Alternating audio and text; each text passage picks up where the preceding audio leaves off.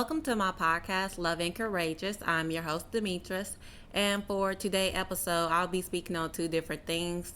First, I will talk about Javion Magee, the black boy that was found hung, and also I will speak about the college student that had a racial slur carved in his chest. On September the 11th, Javion Magee was found in a wooded area. A 911 caller and Magee's family said that he was hanging from a tree. The Vance County Sheriff described him as having his back up against a tree and a rope around his neck. He said there was no lynching. Attorney Harry Daniels said there's an absolute tragedy no matter how it panned out. The pictures that we saw were very clear that he was hanging, not in the manner in which you may have saw in the 60s or 20s and 30s, but there's nothing to take away from it. Now, Sheriff Curtis Bram said there was no foul play suspected in Magee's death, and he said preliminary information pointed to a possible suicide. The attorney, Harry Daniels, also said the manner and the cause of death of Javion has not been determined at this time. So for any suggestion that it's a suicide, anybody stating that it was a suicide would be grossly premature. Now, the family was told by police that Magee died by suicide, according to family members, during a press conference that was held back in September 18th. Now, also during the press conference, the Vance County Sheriff Office released a timeline of events leading to Magee's death. So, Javion Magee drove from Pennsylvania to North Carolina. He was working as a truck driver for KLLM Trucking. Now, this was reportedly his first job as a truck driver. The day before Javion Magee was found dead in North Carolina, he drove from Pennsylvania to Henderson, North Carolina to deliver a load of goods to the Walmart distribution center. So on September the 10th, 1 a.m., Javion Magee leaves Hazleton, Pennsylvania after picking up a load of goods. He traveled south to Harrisburg, Pennsylvania, then towards Frederick, Maryland. He then got onto I-270 South and drove to I-495 and I-95 towards Virginia. Around 6:50 a.m., Javion Magee makes a stop 12 miles north of Ashland, Virginia, and he stops for about an hour. At 7:50 a.m., Javion Magee starts driving again, traveling southbound on Highway 1. 10 minutes later, Javion Magee reaches Richmond, Virginia. At 8:50, he reaches Petersburg, Virginia, and heads towards North Carolina. At 10:04, he arrives in Vance County, North Carolina. He stops at a truck stop in Middleburg, and he is seen walking back to his truck alone after getting food from the truck stop grill. At 12:21 p.m., he leaves the truck stop and travels southbound into Henderson, North Carolina. 16 minutes later, Javion Magee and his truck arrive at the Walmart distribution center in Henderson. Now, the truck's contents are unloaded. Now, Javion Magee and his truck did remain at the Walmart distribution center in Henderson for about 4 hours, according to the sheriff's office. But here's what happened after he left. So at 4:53 p.m., Javion Magee and his truck leave the distribution center. 5 minutes later, Javion Magee's truck is idling in a dark parking area in front of 285 Banco Mill Road in Henderson. The parking area is an unofficial truck stop, and it's almost half a mile from Walmart Distribution Center. At 5:44 p.m., Javion Magee drives northwest on West Andrews Avenue. At 5:49, he pulls onto Young Street and his truck idles there. 5:53, he parks in a parking lot at the corner of West Andrews Avenue and Vance Street. He gets out of the truck and walks to a local smoke shop. Now, officials say that he purchased tobacco products and was seen alone in the store. At 6:01 in the evening, he leaves the parking lot, then drives west on Andrews Avenue and merges onto I-85 South. 10 minutes later, he drives to the Walmart Supercenter in Henderson. Once he arrives, he walks into the store, purchases a Ozark Trail branded blue rope that he purchased at self-checkout, and left the store. Now, surveillance cameras capture him entering the store, inside the store, and leaving the store with the blue rope in his hand, officials say. Now, 6:22, he arrives back at his truck alone before leaving the parking lot. Javion Magee gets out of his truck and gives money to a person who is homeless near the store entrance. Police learned that Javion Magee gave away $228 to that person. Javion Magee said, I quote, "I don't know how much it is, but if I had more, I would give it to you." Then he gets back into his truck and leaves the parking lot. At 6:28, he arrives at a Hampton Inn hotel on Ruin Creek Road in Henderson. He is seen parking at the back of the building and walking to the front of the hotel. Now at 6:32, he walks into the hotel alone and walks up to the front desk and speaks to an employee at the hotel, but leaves the hotel 2 minutes later. It was later found out that Javion Magee was told there was no rooms available at the hotel. 6:35, Magee's truck is turned back on. He leaves the hotel parking lot within a minute. And at 6:52, he arrives at the same dirt lot at 285 Vanco Mill Road where he had parked earlier. He gets out of the truck and walks along towards the wood line on the eastern side of the dirt lot. He is also can be seen carrying an object in his hand according to surveillance footage. He then walks around a trailer, goes to the front gate of T&R Tractor and Trailer Repair, which is located on the same lot, and then walks back to the wood line. At 7 p.m., Javion Magee gets into his truck and turns it on. He did not appear to have anything in his hand when he got back to the truck, the surveillance camera showed. The truck is now idling for the next half hour.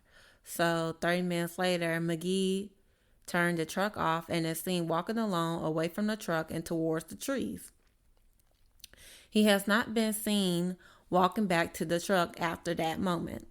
So the next day, around 10 a.m., on September the 11th, his body was found by the owner of T&R Tractor and Trailer Repair. Investigators said a rope had been tightly wrapped around Magee's neck a total of 11 times. The other end of the rope was wrapped around a tree branch. Javion Magee was in a seated position with his legs extended out and his left foot crossed over his right foot. He was also wearing the same clothes he'd been seen wearing the day before. Lying next to Javion Magee was the wrapper to the Walmart brand rope he purchased the day before. After identifying Javion Magee and that he was a truck driver, law enforcement went into Magee's truck that was parked at the dirt lot. Inside the truck, they found his wallet with his ID as well as his cell phone and the Walmart receipt for the rope. Law enforcement then contacted Javion Magee's father to let his father know what happened. Then Javion Magee's body was taken to a medical examiner.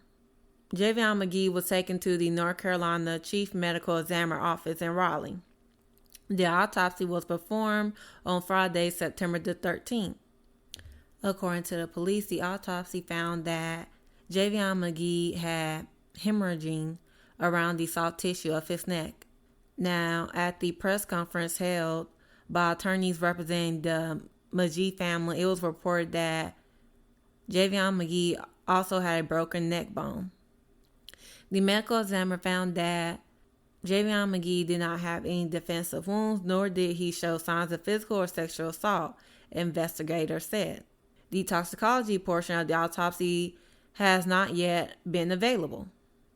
Now, law enforcement were working to obtain search warrants to access Javion Magee's phone to obtain more information in hopes of having a complete picture of what happened before his death. Now, Javion Magee's family did come out and say that they wasn't ruling out suicide when it came to his death, but they wanted a deeper investigation before reaching such a conclusion. Magee's family and their attorney did not explicitly call Magee's death a hate crime or a lynching. They did say, however, that it can be ruled out. The family also feel that there has not been enough information that had been investigated before the sheriff's office made the claim. Now, the Magee's family attorney has made some statements and said that the family just wants to know exactly what happened so they can heal. They will accept suicide as a cause of death if that's where the evidence leads. Continue by saying the family was confused by the claim that Javion Magee had killed himself. Javion Magee didn't have a history of suicidal tendencies, depression, or mental health issues. Now, the family is working to get possession of Javion Magee's body, which has been with the medical examiner, but once that happens, the family intends to carry out an independent autopsy. So that is all the information that I had. I don't exactly know when the family is going to do an independent autopsy, but I hope they get the information that they need to heal, because only God and Javion Magee knows what happened. But rest in peace to his beautiful soul. Now I'm going to get into the college student who had a racial slur carved on his chest.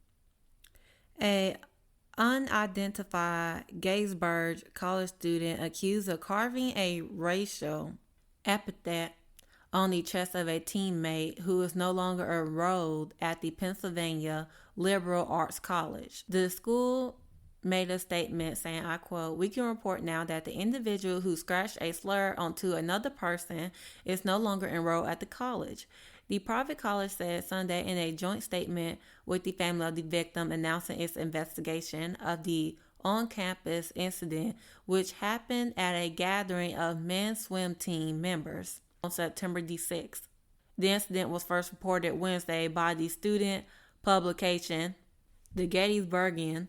A spokesperson for the college confirmed it, saying the accused and the victim were suspended from the swim team pending the outcome of a investigation.